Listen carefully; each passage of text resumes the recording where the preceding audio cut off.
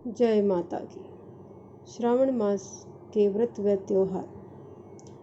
वैसे तो सबको पता है कि श्रावण मास शिव जी महाराज को बहुत ही प्रिय महीना होता है और इस महीने में भगवान शिव और पार्वती की उपासना की जाती है और पूरे देश में पूरे श्रावण माह को पूरे हर्ष और उल्लास के साथ मनाया जाता है। इस दिन हर कोई सोमवार के व्रत करता है, सब तरह से भक्ति भाव में परिपूर्ण हो जाता है। तो आज हम शिव जी भगवान के व्रत के बारे में बताएंगे। श्रावण मास के समस्त सोमवारों को यह व्रत रखा जाता है। इस व्रत में शिव, पार्वती, गणेश तथा नंदी जी की पूजा की जाती है।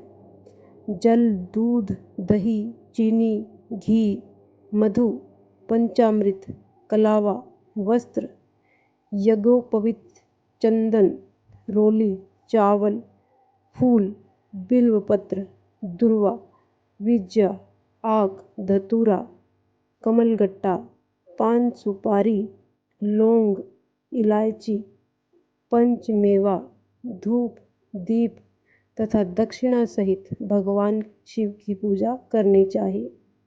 पूजन के बाद दिन में केवल एक बार ही भोजन करने का विधान है। इन दिनों श्रावण मास के महात्म्य को सुनना या पढ़ना भी चाहिए।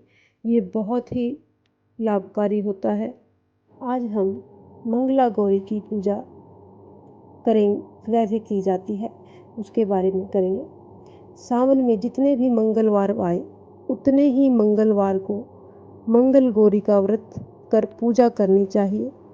पूजा करने से सिर सहित नहाकर बैठना चाहिए। पहले एक पाटे पर जो लकड़ी का पट्टा होता है उस पर लाल और सफ़ेद कपड़ा बिछाए। सफ़ेद कपड़े पर चावल की 9 ढेरी बनाकर 9 ग्रह बना दें और लाल कपड़े पर गेहूं की 16 ढेरी बनाकर 16 मातृका बनाए।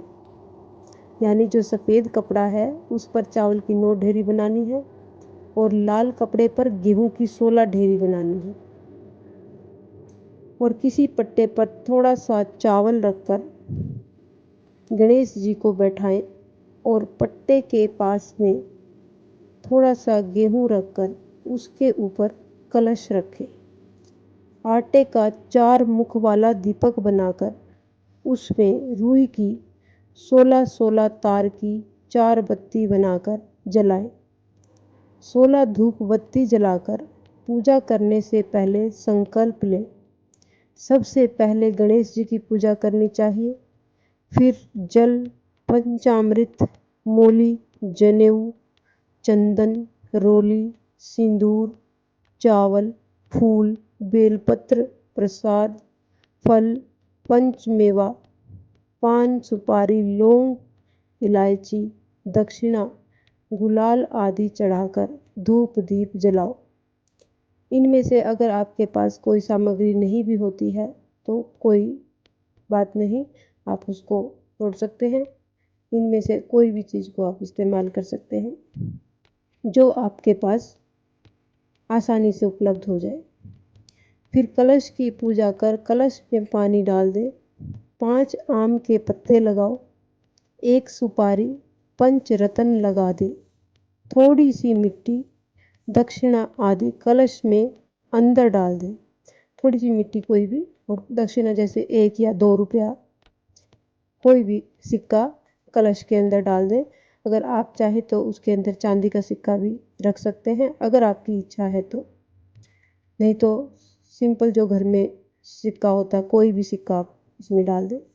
फिर कलश पर एक ढक्कन में थोड़ा सा चावल रखकर उसके ऊपर रख दें और फिर थोड़ी सी घास लाल कपड़े में बांधकर ढक्कन में रख दें। बाद में कलश की पूजा करें, गणेश जी की पूजा करें, उसी तरह कलश की पूजा करें। क्योंकि कलश में सभी देवी देवताओं का वास कहा गया है तो इसलिए कलश की पूजा करें। कलश में सिंदूर, बेलपत्र न चढ़ाएं। 9 ग्रह की पूजा भी उसी प्रकार से करें जिस प्रकार कलश की पूजा की, जो हमने लाल कपड़े पर और सफ़ेद कपड़े पर गेहूं और चावल से जो बनाए थे नवग्रह, उनकी पूजा भी जिस तरह से हमने कलश की है उसी तरह से उनकी भी पूजा करें, परंतु जनेऊ ना चढ़ाएं और हल्दी मेहंदी सिंदूर भी चढ़ाएं। फिर बाद में मिलाकर देवी देवताओं को चढ़ा दें। बाद में पंडित जी को टीका लगाकर मोली बांधे और अपने हाथ में भी बांध लें। फिर मंगला गौरी की पूजा कर एक पटरे पर थाली रख उसके ऊपर चकला रखें। चकले के पास में आटे का सिलबट्टा बनाकर रखें।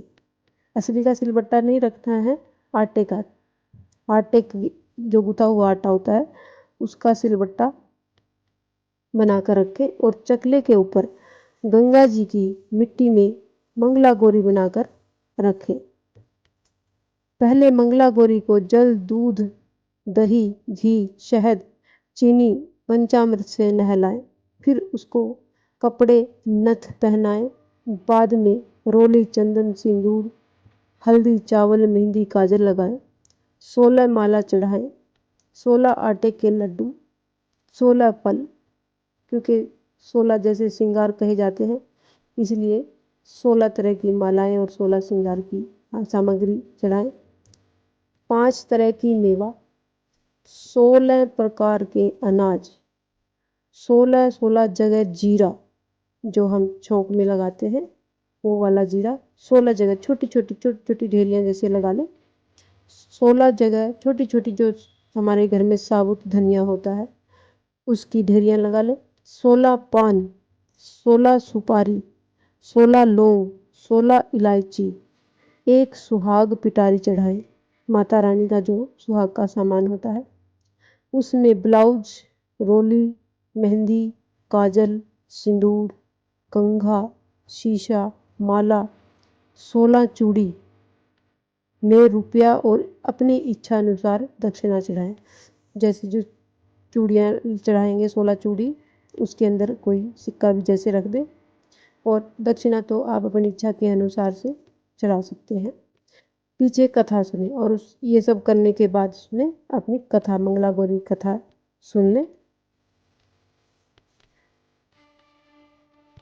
कथा सुनने के बाद आटे के 16 दीपक बनाकर उसे नाले की 16 तार की 16 बत्ती बनाकर कपूर रखकर आरती कर परिक्रमा करें।